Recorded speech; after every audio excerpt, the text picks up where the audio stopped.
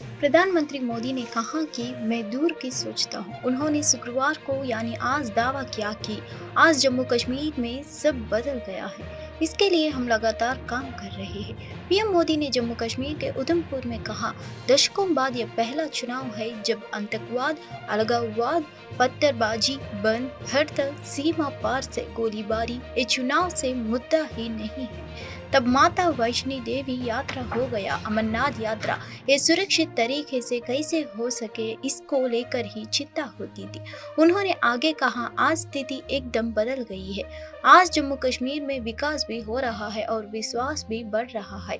इस कारण आज जम्मू कश्मीर के चप्पे चप्पे से एक ही गुण सुनाई दे रही है। फिर एक बार मोदी सरकार ने कहा है,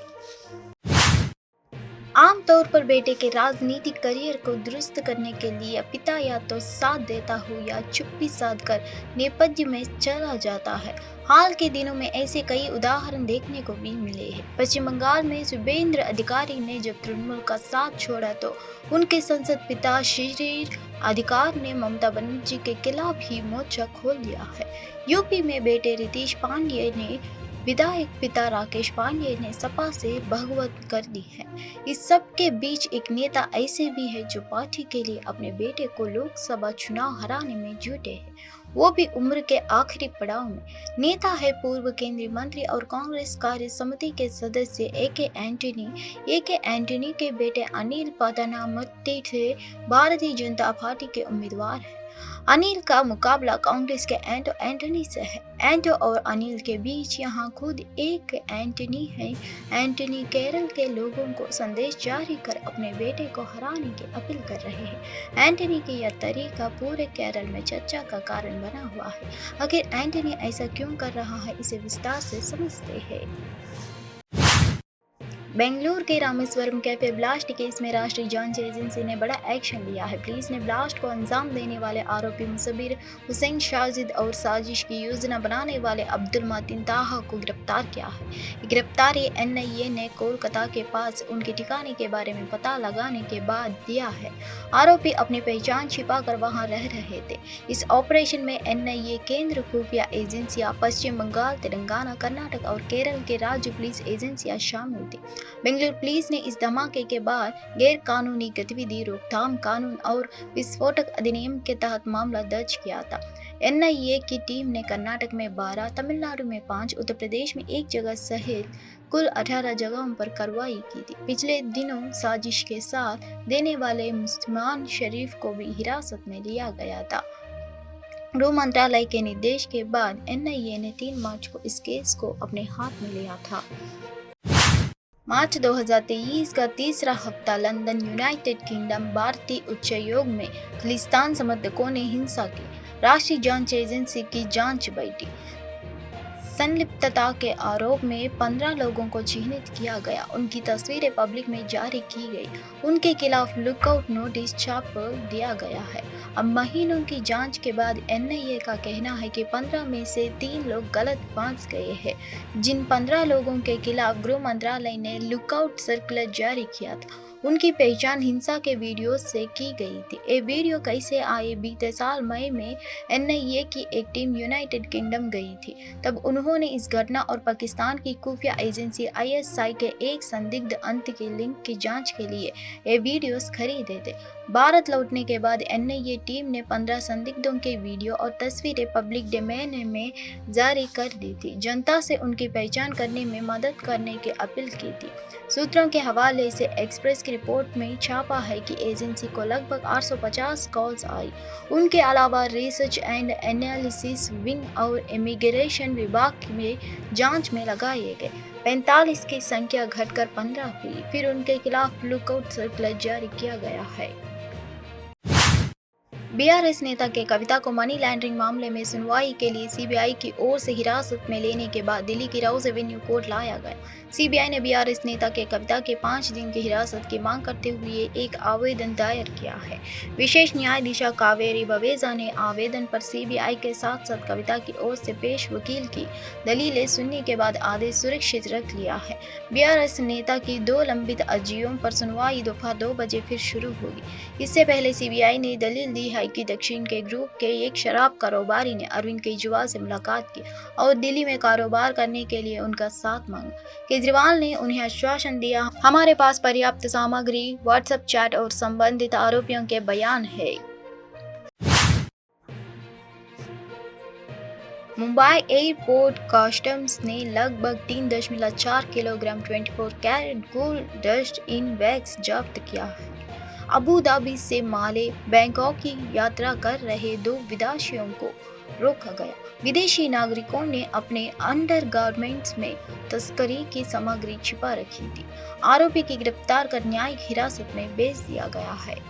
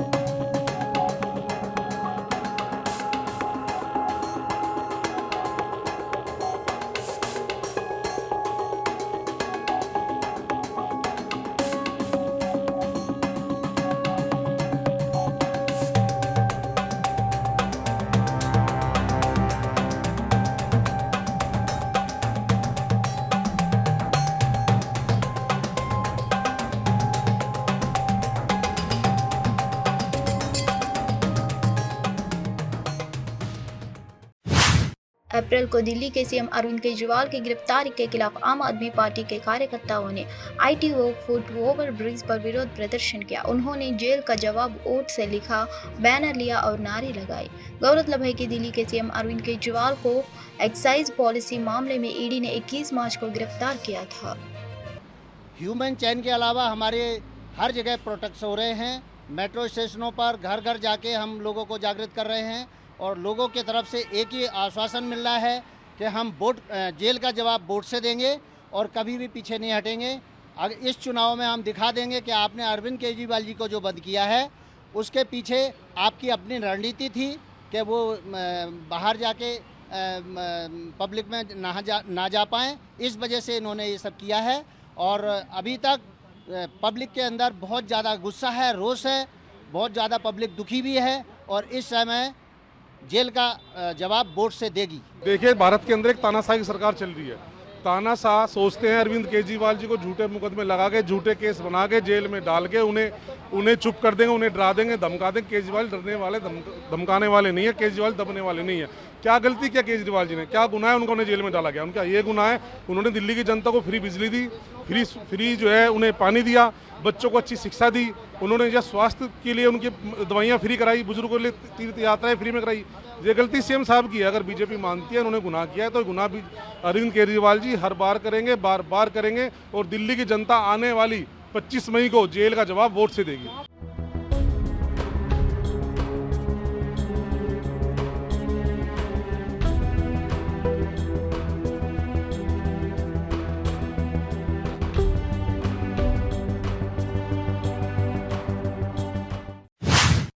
दिल्ली के मुख्यमंत्री अरविंद केजरीवाल जेल में है। शराब नीति घोटाले में प्रवर्तन निदेशालय उनसे पूछताछ कर रही है। जेल से बाहर आम आदमी पार्टी कैंपेन चला रही है। जेल का जवाब वोट से। उम्मीद ये है कि मुख्यमंत्री की जेल को वोट में बुलाया जाए।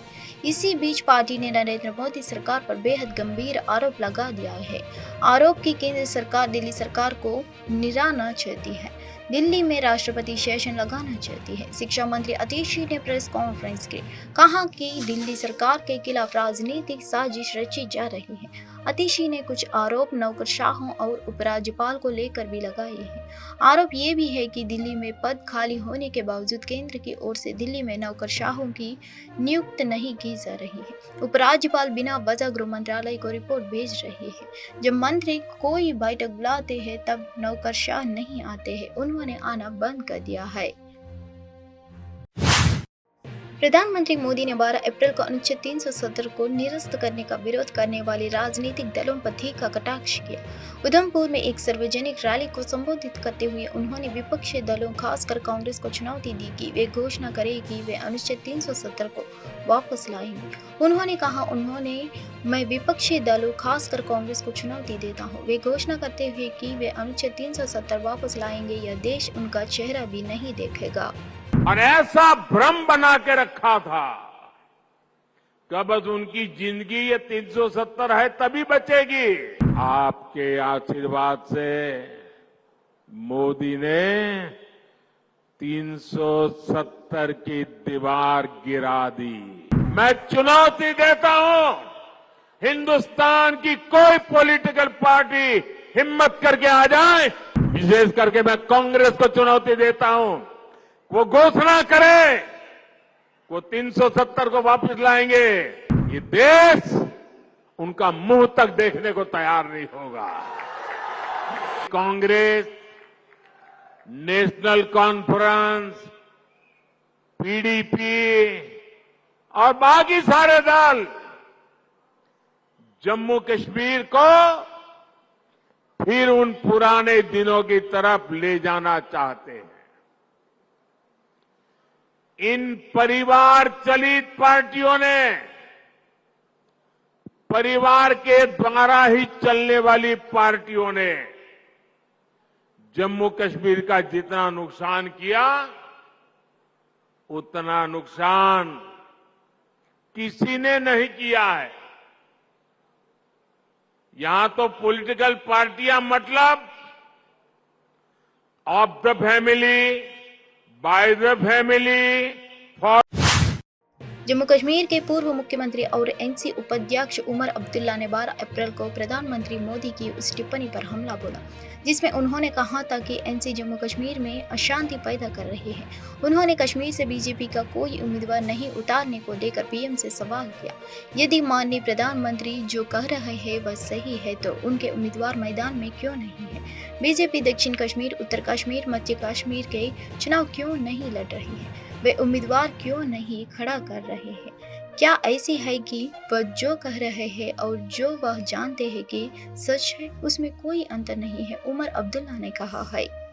If what the Honorable Prime Minister is saying is correct, then why are his candidates not in the field? Why is BJP not contesting South Kashmir, Central Kashmir, North Kashmir? I'll assume for a moment that what the Honorable Prime Minister is saying is correct, that National Conference is responsible for all the trouble. Let's forget for a moment that more than 3,000 workers of the National Conference were killed by militants. छोड़ दीजिए, मेरे साथियों ने इस मुल्क के लिए कुर्बानी दी नहीं दी, मैं उसको एक तरफ रखता हूँ। मैं कहता हूँ, if the Honorable Prime Minister is correct and he truly believes what he says, why is the BJP not putting up candidates in North Kashmir, Central Kashmir, South Kashmir? कहीं ऐसा ना हो कि what the Honorable Prime Minister is saying and what he actually knows to be true, there is a difference. Sir, you made a very big statement. You said that you leave politics अगर उनकी जमानत जब्त नहीं हुई। आए मैदान में BJP अपने उम्मीदवार उतारे, हम भी देखें ना वो अपनी जमानत बचा पाए या नहीं।